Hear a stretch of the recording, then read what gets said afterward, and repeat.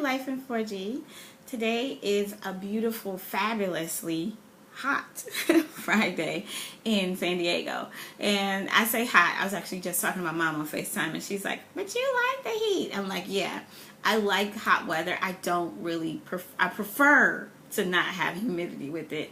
And the humidity is like something like 78%. So it's like that sticky hot weather where you're like, oh my gosh, it's like don't touch yourself kind of thing, or you don't want anybody to hug you because you know it's hot and you can stay over there. I love you, Noah. Give them that kind of love. So that's kind of where I am today in terms of the heat. So she was like, well, stop complaining. I'm not complaining. I'm just saying it's hot, man. It's hot. So but anyway, today's conversation is actually today's topic is actually from conversation that I had today with my mom and yesterday with my pastor. I had the wonderful moment of about 2.5 hours with my pastor yesterday, and we literally she took me out to lunch, and we went to this cool French restaurant called Mimi's, and it's kind of a family style bistro, but they have really great food. It had this great chicken crepe thing. It was fabulous. Balsamic vinegar all over it. It was wonderful. Anyway, we were talking about a whole lot of different stuff, but one of the things that I wanted to talk to you about, what we were talking about, is how you need to recognize the negative voices in your life. The negative voices that are in your head, but also the negative voices that are outside of you and where they come from, and be bold enough to correct them.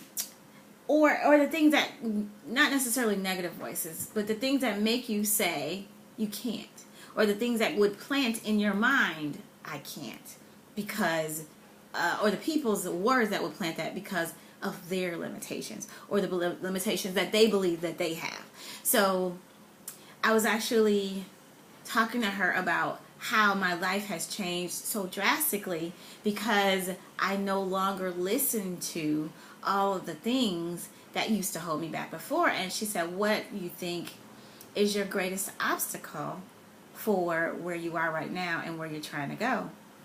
And I then kind of started explaining to her that the negative self-chatter, the things that make me feel like I can't do it, are the only things that really hold me back. I really, the skill set that I need to do, what I was born to do, has been in there all my life. I've cultivated it in various areas, various ways, but it's always been there. So really and truly, what holds me back, or what holds all of us back, actually, are the things that we believe about ourselves, or the things that we allow other people to implant in us that we cannot do. Think about that for a second. How many things have you told yourself, I can't do that? Oh, running 5 miles, I can't do that. Running 15 miles, oh my God, I can't do that. 10 push-ups, I can't do that. That business that you want to start, I can't do that.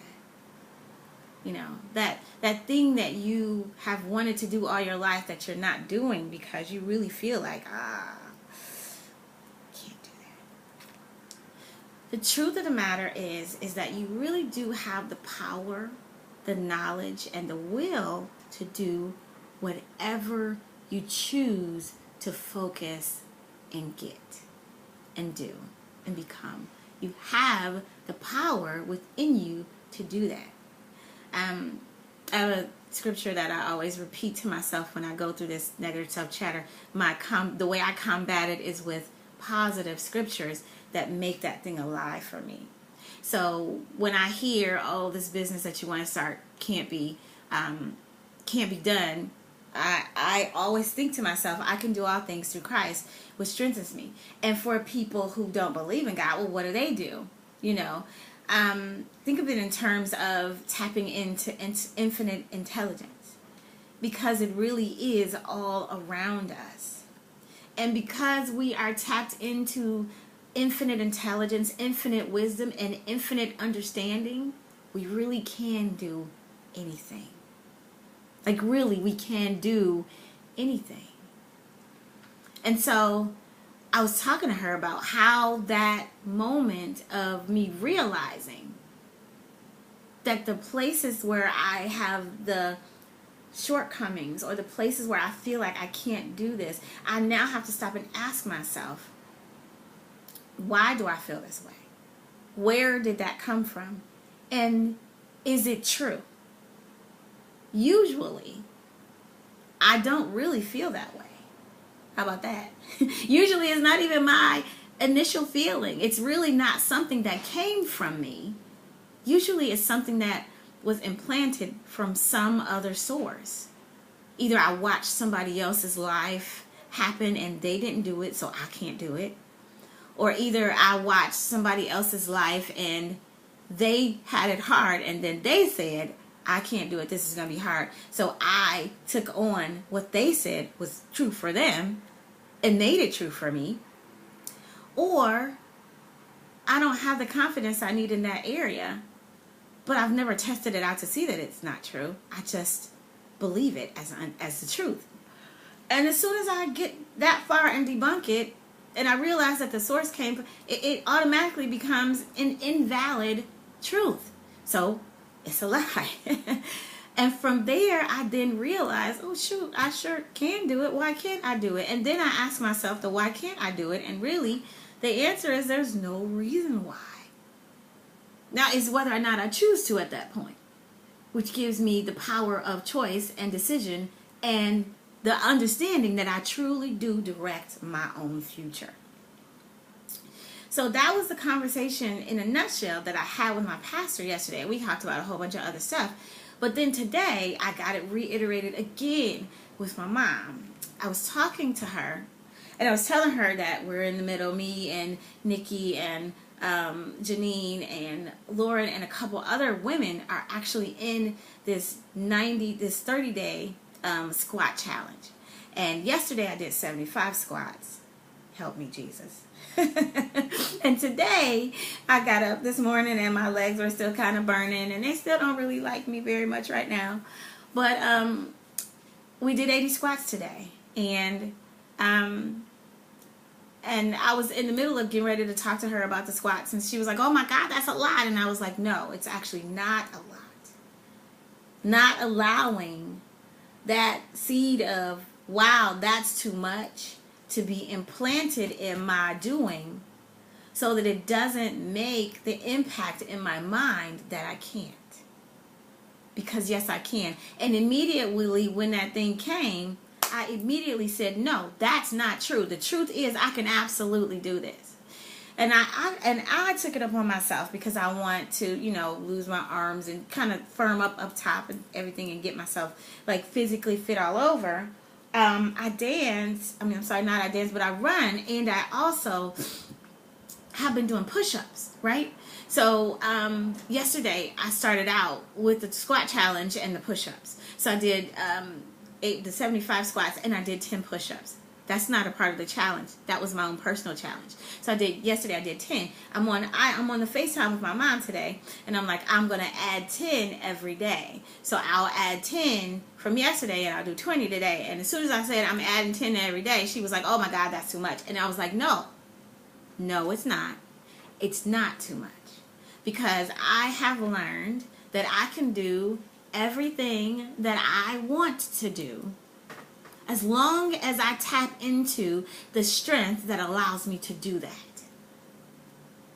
So, no, Ma, it's really not too much. And as soon as I said, no, Ma, it's not too much, she started saying, nope, it's not too much. It's not too much. No, it's not. And so just kind of changing that thing around to not allow other people, especially with your mom. My mother is like one of my biggest influences in my life. So if she says I can't do it, then my head, because she's my mom, automatically goes, no, God, you can't do that. Mommy said you can't do it. It's a kid rule. Mama said don't do that. So if Mama said you can't do it, then you can't do that. No, that's not the truth. When it comes to the life that I choose, it's my choice. And I choose to keep my body healthy. I choose to push beyond places where I haven't been before. Not just in my physical body, but everywhere in my life. I choose to have wealth. I choose to have abundance. I choose to live differently because I can.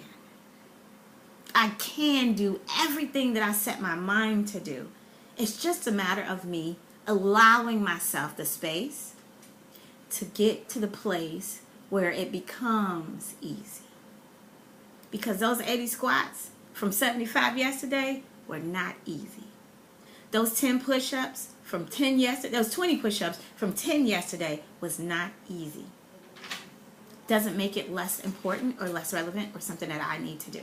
So make sure that you take care of yourself the way that you are supposed to. Make sure that you don't allow other people's stuff to crowd up your head and make you believe that you can't do something that you absolutely can if you choose it. Because this life is your choice.